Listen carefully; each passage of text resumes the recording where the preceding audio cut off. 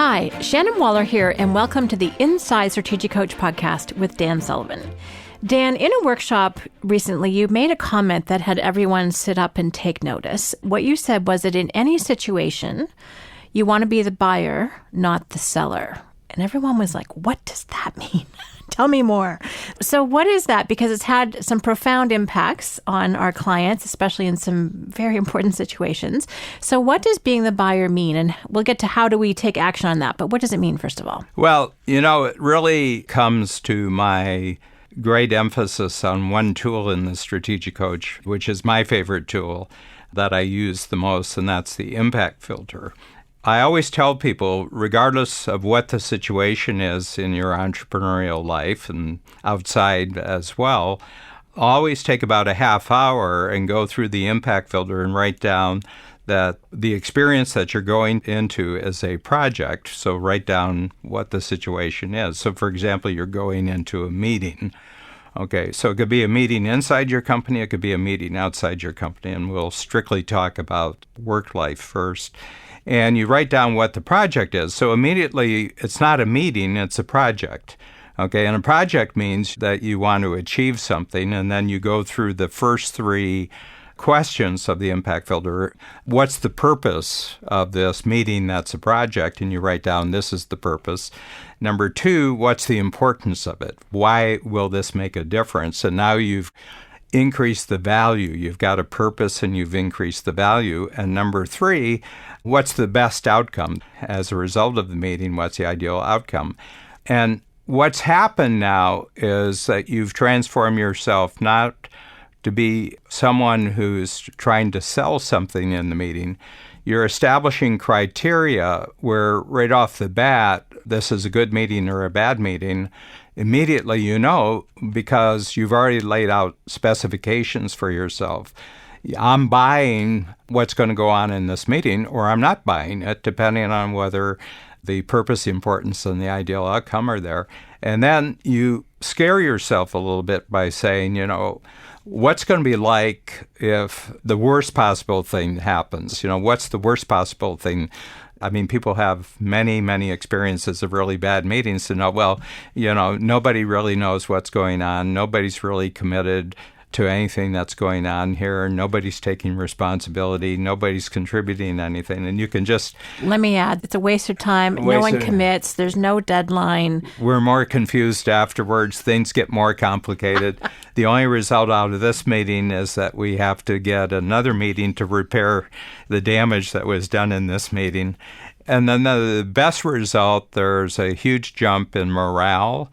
Everybody's more excited. There's a real sense of momentum that we're really moving forward on something really important, and everybody's motivated to get on with the actual activities and achievements that come out of the meeting. Okay, so right now, my intentionality about this meeting is just going right to the top. And then I said, if this meeting is really, really successful, then this is true and this is true. And you put down measurements. This will be decided. We'll have a plan for this. So-and-so will take responsibility for this. And you get down to the end. Half hour. And now you walk into the meeting. And I always start off a meeting that everybody has to share something they're excited about. Okay. And that's one of my requirements for starting any meeting and finishing any meeting. Okay. And the truth is that I, as the writer of this impact filter, am now the buyer of the meeting, okay? And if someone else has done an impact filter, they're a collaborating buyer of the meeting. But right off the bat, if the meeting gets off to a wrong side, I said, wait. Let me read my impact filter, or I copy my impact filter, and I give it out to everybody. This is what I want to achieve. This is worth a certain amount of my time, or it's completely worthless to me unless we handle those things, unless someone's got a better idea than I have. So all along, I'm buying an experience or I'm rejecting an experience based on my thinking beforehand. Mm-hmm. Okay, so that's a meeting. And one of the outgrowths of, my use of the impact filter before meetings is that I don't have many meetings. What I have is an impact filter that I can send to someone who I know can take immediate action on it. or I can send it to everybody whose capabilities would be mentioned in the success thing, and I can do that by a PDF and send it to them, and they individually come and talk to me and say, yeah, I got that, and I'll coordinate with so-and-so and everything else. And those take like 5 minutes. But it's very, very one-to-one. It's very direct. It's very, very focused, very high energy.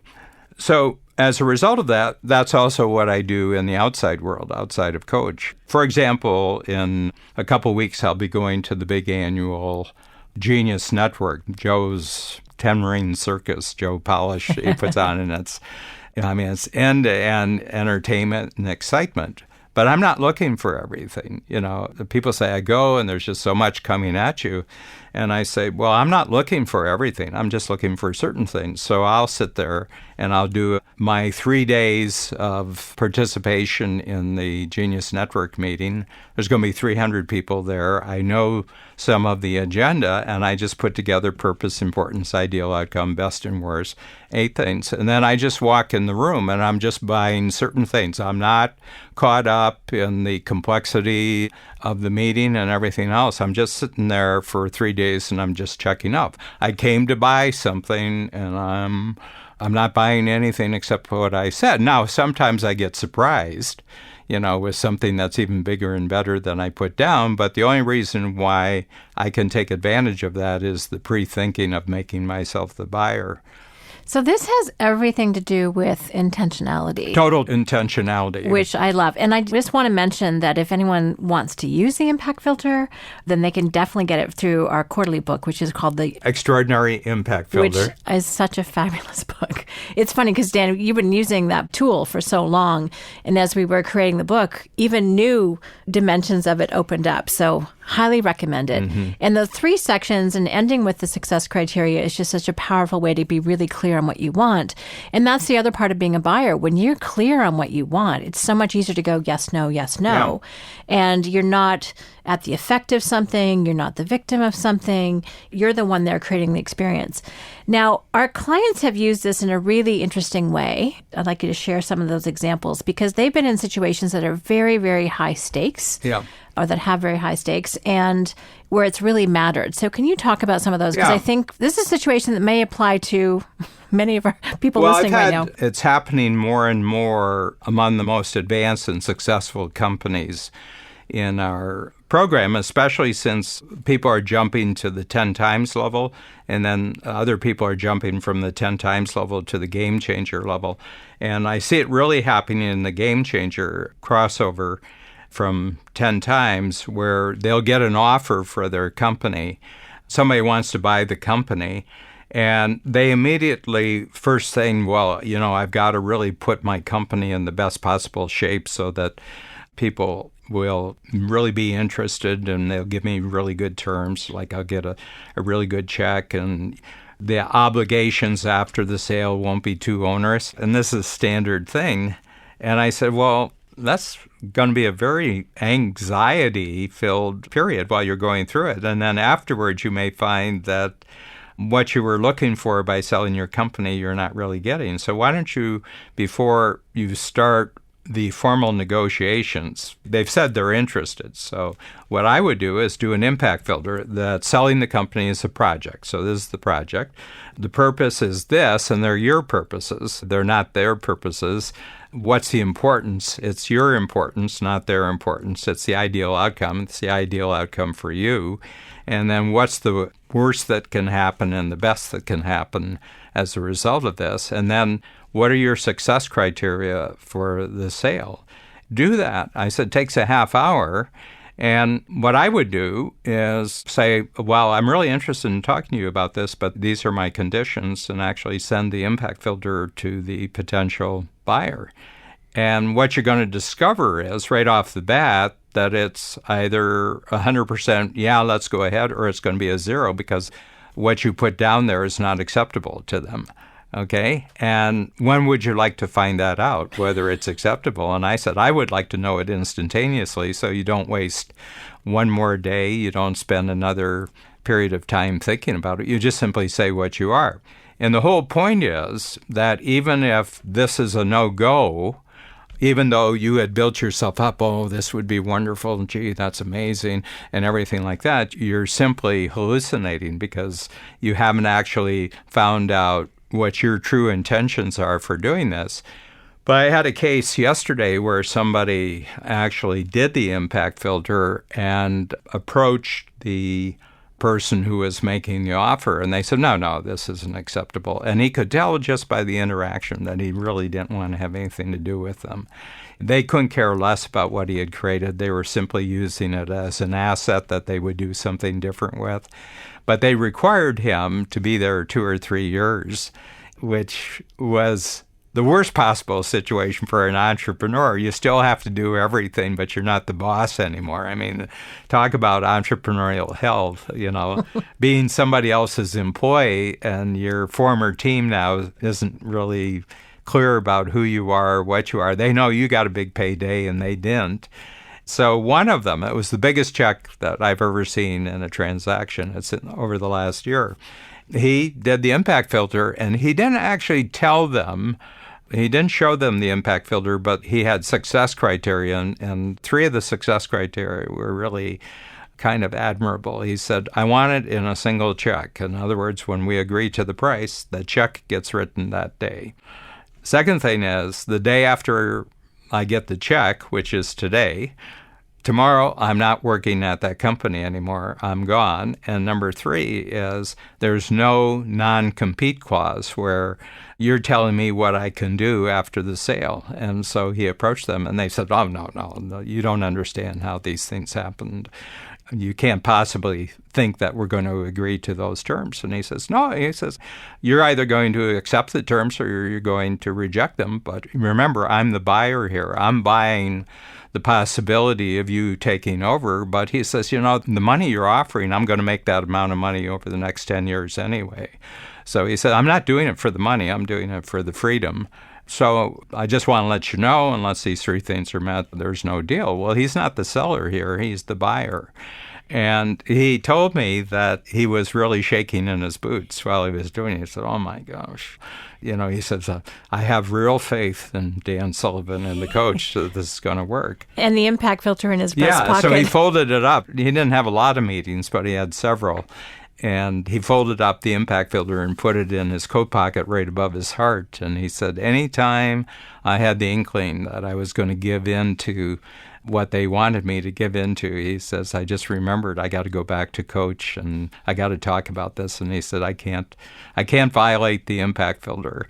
He wouldn't want to tell you. No, and they weren't bad people. That's one thing. I mean, he thought that they were good people. He thought that they would be good management for his team after he sold the company. But he wanted to go on. He had another company that was much bigger in his imagination and excitement. So he had a nervous week, but then they phoned him and they said, okay, whatever you want. And that was it. I said, there's a lot of wins here. I said, the check is huge. You get massive freedom back. But I said, the biggest check is just your confidence about always being the buyer. And I said, you spend most of your entrepreneurial career as the seller of one kind or another. So just make this the point in your life where after this, you're always the buyer in every situation.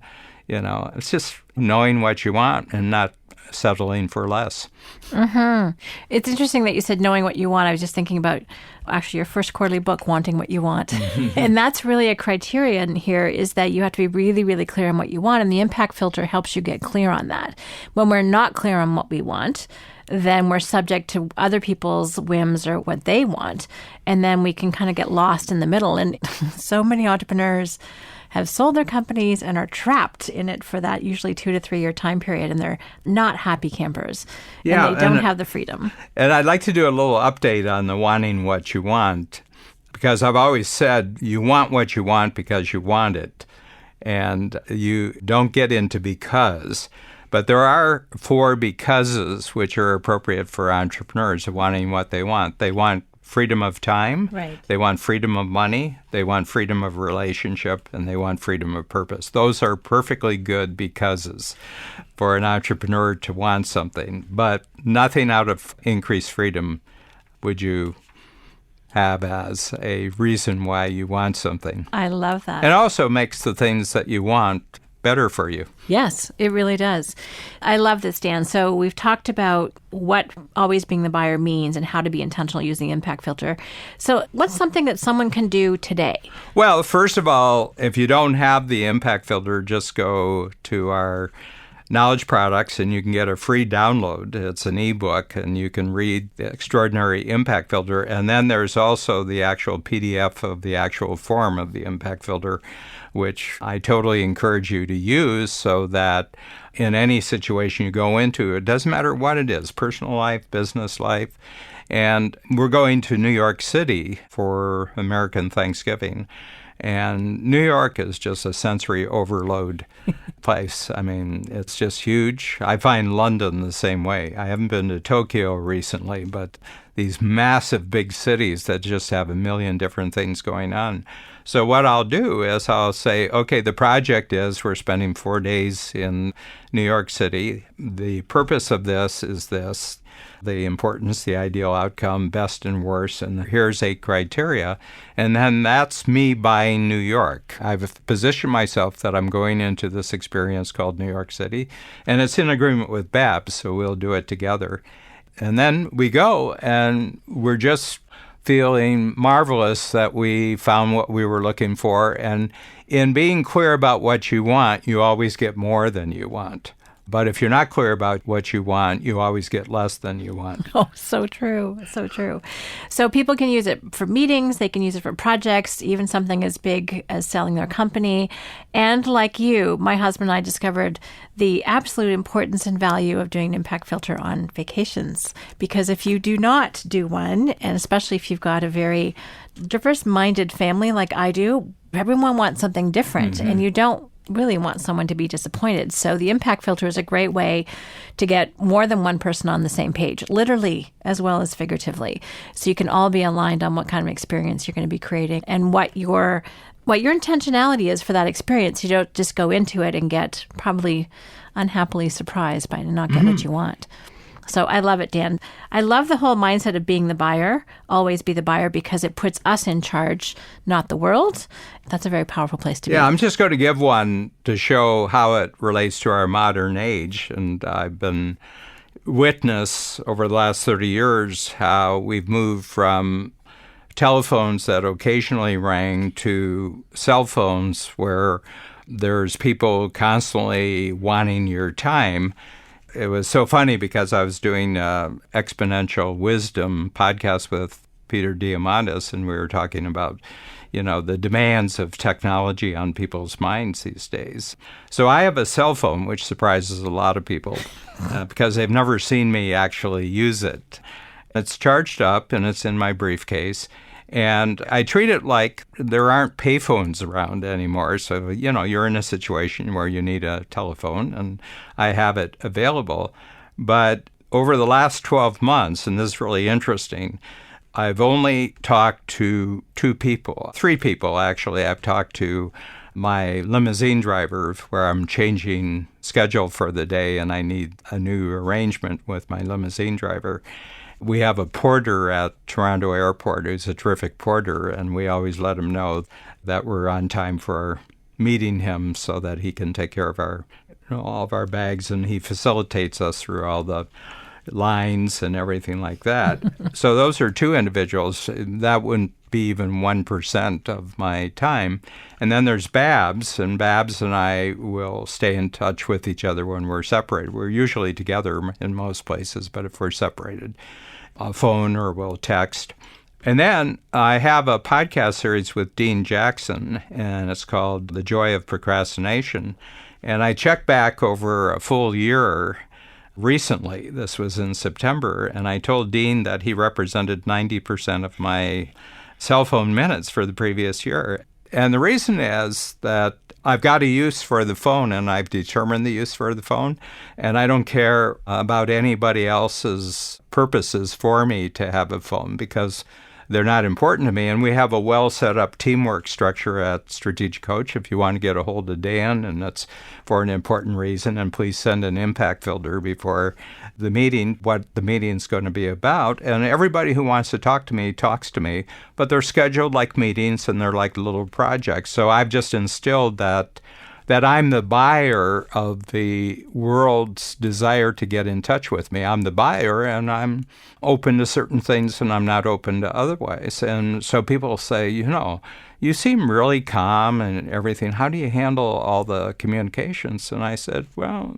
we've established all sorts of structures and systems so that I'm always the buyer of any kind of experience I have related to the cell phone throughout the year. And I do that with every other kind of technology too. And the reason is because, when somebody's trying to get in touch with me, it's their idea. It's not my idea. It's like somebody knocks on my door and it's after 7 o'clock. I don't answer the door. What are you knocking on my door after 7 o'clock at night for? Just because somebody has an idea they want to get in touch with you, that's no obligation on my part because I'm a buyer. And if they really got a great idea and they really want to get in touch with me, they'll find out how to do it. I love it. Well, Dan, it strikes me that it just always puts you in the driver's seat. You're always the one being choiceful about the circumstances rather than having it be the other way around. And here's the other thing, Shannon. I wish this for other people, too. Mm-hmm. So it's not just that I'm in the driver's seat and they're not. I highly recommend if I was in a room where 5 people had done impact filters on the meeting, it would be the greatest meeting that you ever had because they all came in intentional and they're all there to buy something and they know they want to buy it. And together as a group, we'll create something that satisfies everybody's desire to buy something. Oh, I love it. Well, good. I think you've given us lots to think about. And for everyone listening, always be the buyer. Thank you so much, Dan. Thanks, Shannon.